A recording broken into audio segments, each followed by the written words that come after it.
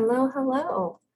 Now that you've learned how to build a network map using the Network Maps and Statistics tools, it is time to interpret that map and use it to inform your efforts. So we're going to navigate back to the Coordinator Center, which you can see here on the screen, and we will again upload the files that you need to create a network map, including the SNA coordinator list and the network survey responses. I'm going to go to Network Maps and Statistics and down to the uploads and downloads section.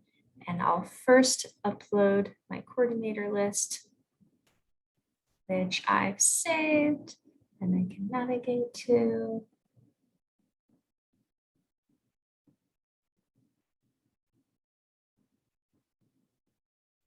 Okay, that's uploaded. I'm then going to upload all of the survey responses that I've received. So these are the Excel files that folks who've completed the network survey have sent to you. And we have 15 responses, which is great. So I'm going to upload all of them at one time.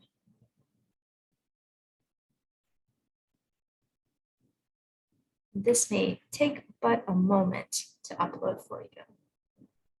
There we go, that's fantastic. And you can see here, as in the previous video, the network map will automatically appear in the center of your screen once the files are uploaded, and you just adjust the layout of the map to reflect the information you want to explore further. Selections you make in the layout option section are like filters. We described this a little bit more in detail in the last video, but they change what you see in your network map. They'll also change the statistics that are available to you in the file that you'll be able to download. So I'm going to create a few different maps to be able to walk through the statistics. So the first map that I'm going to create is a contact map. So based on the question about how frequently folks are in communication with each other. And so that's already collected or selected here in the relationship contact. And I'm going to stick with at least monthly. I can also size the partners, so the actual size of folks. I'm going to choose number of nominations. You can see that some folks are smaller. That's because they had less nominations. And I can also choose to label folks by their name and ID number or not at all. My recommendation here is to save a copy of the map with the filters above with each label option, so that you can, sometimes you want to be able to show the map with names on it, sometimes with an ID, sometimes totally de-identified.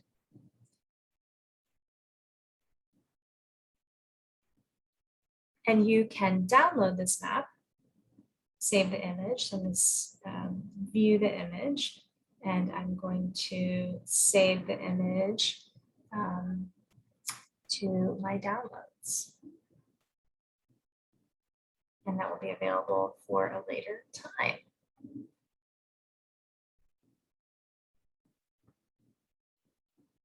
Oh, and you see what happened there? All of my uploads were, but don't fret, I can just simply upload this again. That is no big deal whatsoever, is it?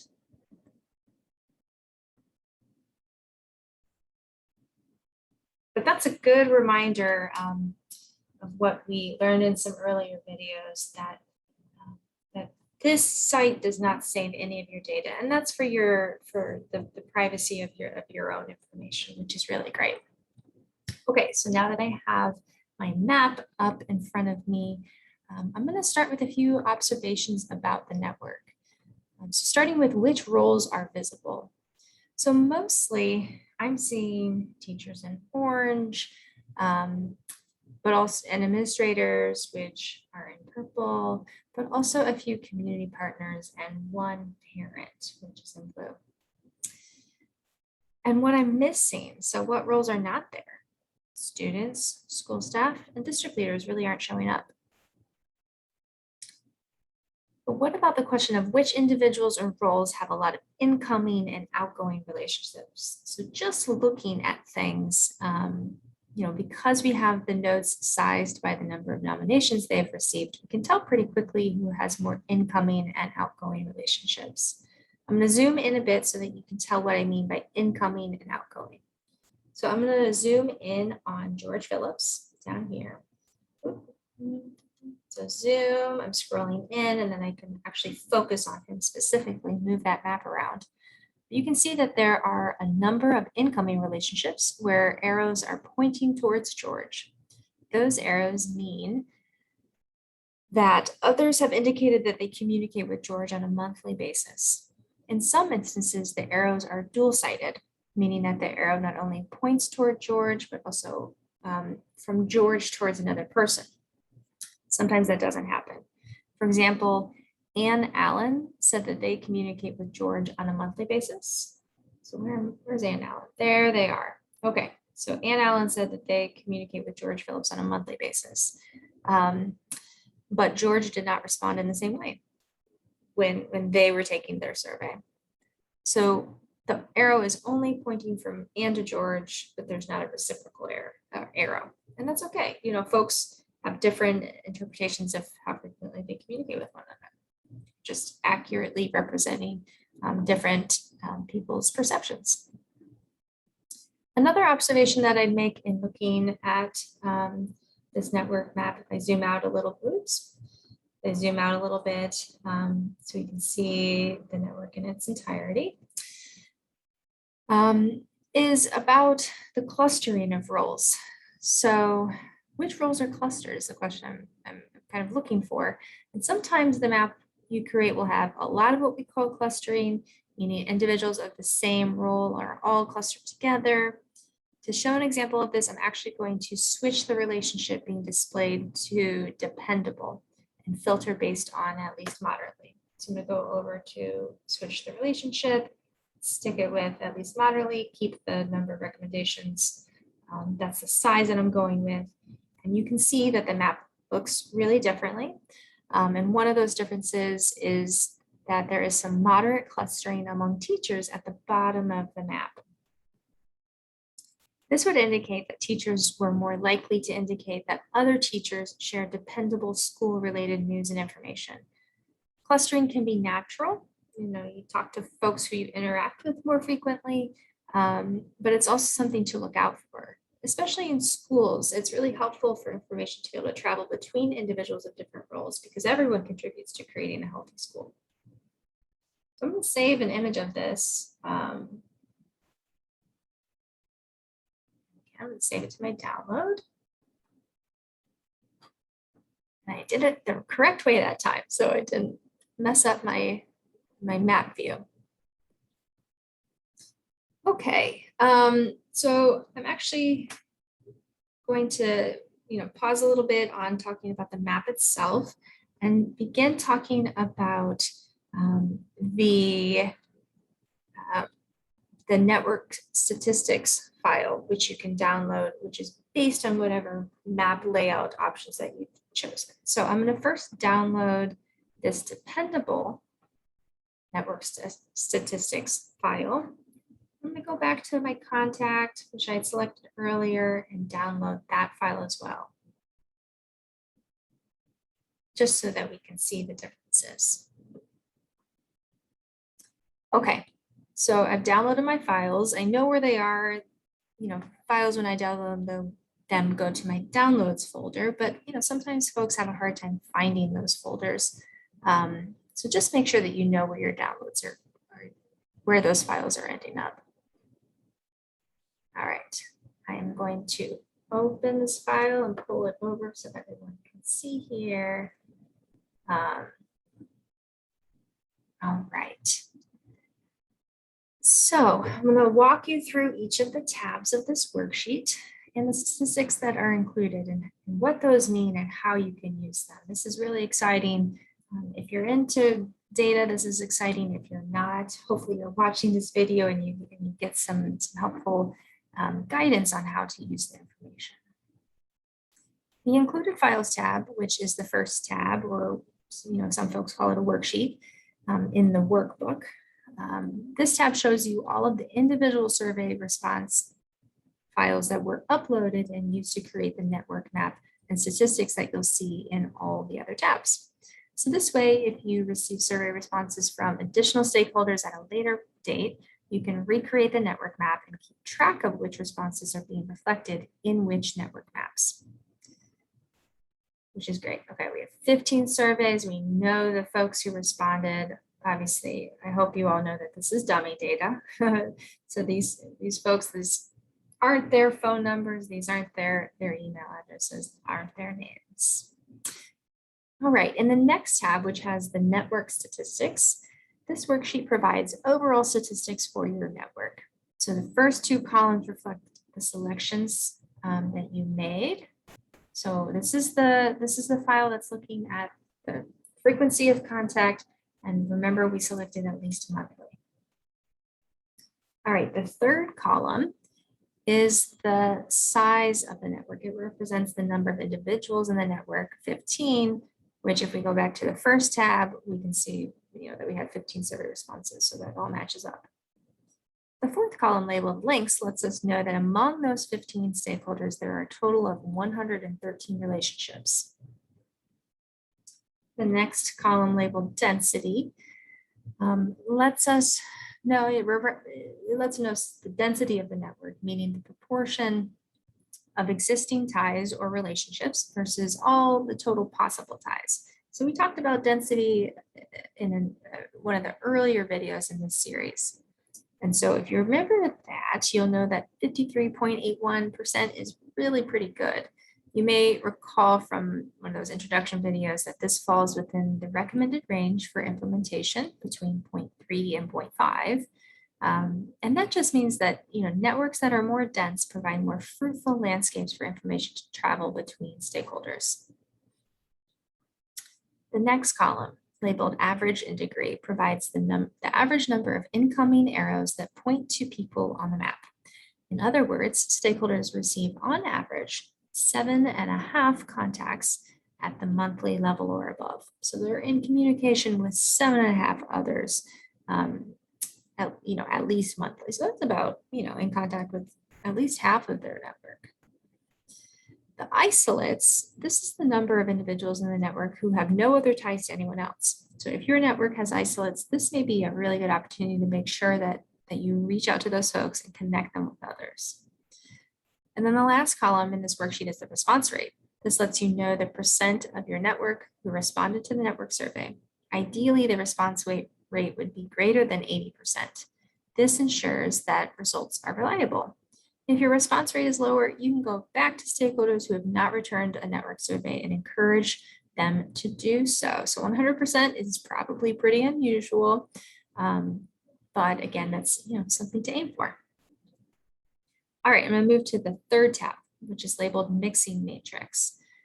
So the information in this tab is really interesting, but at first glance, it may seem tricky. What this tab is showing is how different roles are interconnected. So you may remember that I mentioned clustering when we were looking at the network map and kind of describing what we were observing. This tab touches on the same topic. So each row shows the number of links going from one group to the other group, or all the other groups. So in the first row, we have community member partner. And in the first column, we see the number of links going to other community members. Then the number of links between community members and parents, school administrators, and teachers. Each column shows the number of links coming into one group from the others. And then along the diagonal, so if I'm moving this way across the table, you'll see the number of links between people within the same groups, student to student, parent to parent, teacher to teacher, etc. How this information is helpful to you is you can start to see where individuals from different or the same groups are or are not communicating as frequently. So I'm hoping my map is still up. It is, and it's on contact. Just to kind of describe this a little bit in terms of the directionality, what the statistic is doing is it's looking across people of the same role. So all of the teachers, and looking at among them, how are they communicating with one another? And then as a group? How are they communicating with other groups? So this is, you can kind of use these tools in combination, and encourage you to do so, which is why it's, always great to save an image of your network map. All right, we'll head back to the data file and move on to the last tab in this workbook, which is where partner statistics are located. So this tab provides information about each individual included in the network. So if the mixing matrix provides group level information, the partner statistics tab provides individual level information.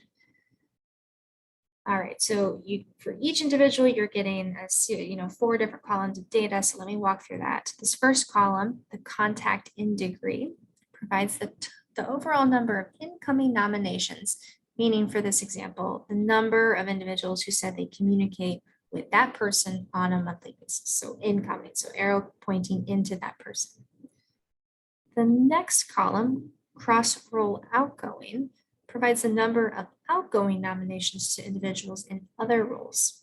So the number of individuals in other roles this person communicates with on a monthly basis. Again, arrow pointing out. Remember, cross-role is important when you're thinking about how information is being spread, because you want folks to be communicating with others. The column after that, cross-role incoming, is just the opposite of what I described. It's the number of individuals in other roles who say they communicate with that individual on a monthly basis. And then the last column sums up the other 2 columns, the 2 columns preceding it, giving you the overall idea of how much cross-role communication is tied to each individual. How this information is helpful is that you can start to identify those individuals who are in more frequent contact with a higher number of individuals in diverse roles. For example, in this network, we can see that Charles Reed, so I'm gonna get us to Charles Reed. There they are, the teacher. So just looking across the statistics for Charles Reed, you can see that Charles has the highest number of others who say that they communicate with them on a monthly basis. However, they only communicate with 2 others outside their role. So a large number of contact in degree, but cross-role outgoing is only 2. So more people of other roles say that they communicate with Charles on a monthly basis, but there are others like the but we might want to look for someone like this parent, Stephanie Stewart, who has so many outgoing cross-role ties, and really their total of cross-role communications is a lot higher when we compare it with Charles Reed. So, how I would use all of this information is that I would take these results about frequency of communication, and actually I would pair it with the dependability information, which we have not looked at, to understand who is both 1, in frequent communication with many others in diverse roles, and 2, seen as sharing dependable information about school and news by many others in diverse roles. And together, the folks who float to the top of both of these lists would become my list of quote unquote key influencers who I could, recruit to really help me in my efforts to create a healthy school. So I'm just going to show you a very super brief, way to do this, because you might notice that when you try to, manage the data in these files, that you'll get a message that it's protected. And there's a good reason for that. We're trying to make sure that the file is able to be used by you in combination with the coordinator site. So that's why it's locked. But you can always copy information and use it to manage it in a different way. So what I'm going to do is I'm actually going to create a new Excel sheet. And I'm going to go back to that contact sheet. I'm going to copy this information. I'm going to move it to my new sheet, which is great. And I'm actually going to open, I remembered earlier, I downloaded my dependable, at least moderately, statistics file.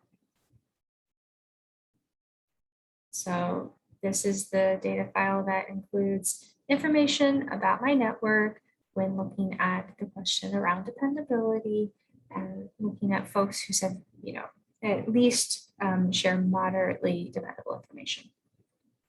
Okay, so I'm going to go to that last partner statistics page, or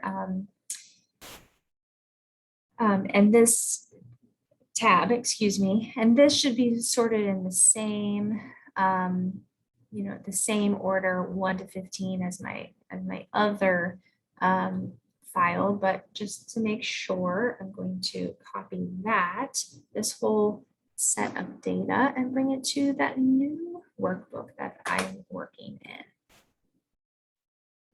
Copy right there, 1 to 15, 1 to 15.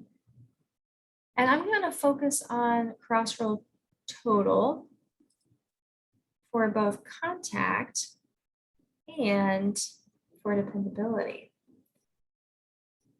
So what I'm going to do is I'm going to label this contact, cross-roll total, and we'll call this dependable.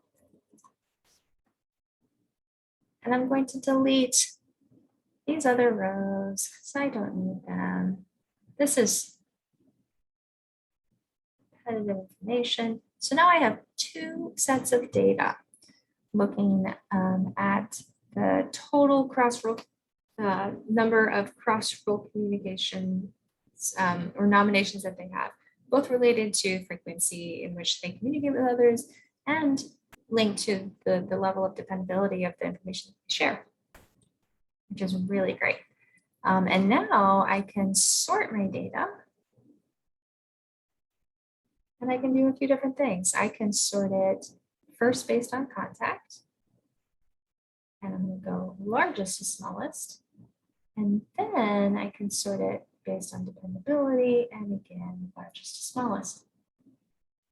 And if I do this, do that little bit of sorting, then I can start to see who is coming to the top of my list in terms of who's communicating most frequently with others in the most diverse roles, and then who is also looked at as someone who's sharing dependable information by folks in diverse roles again.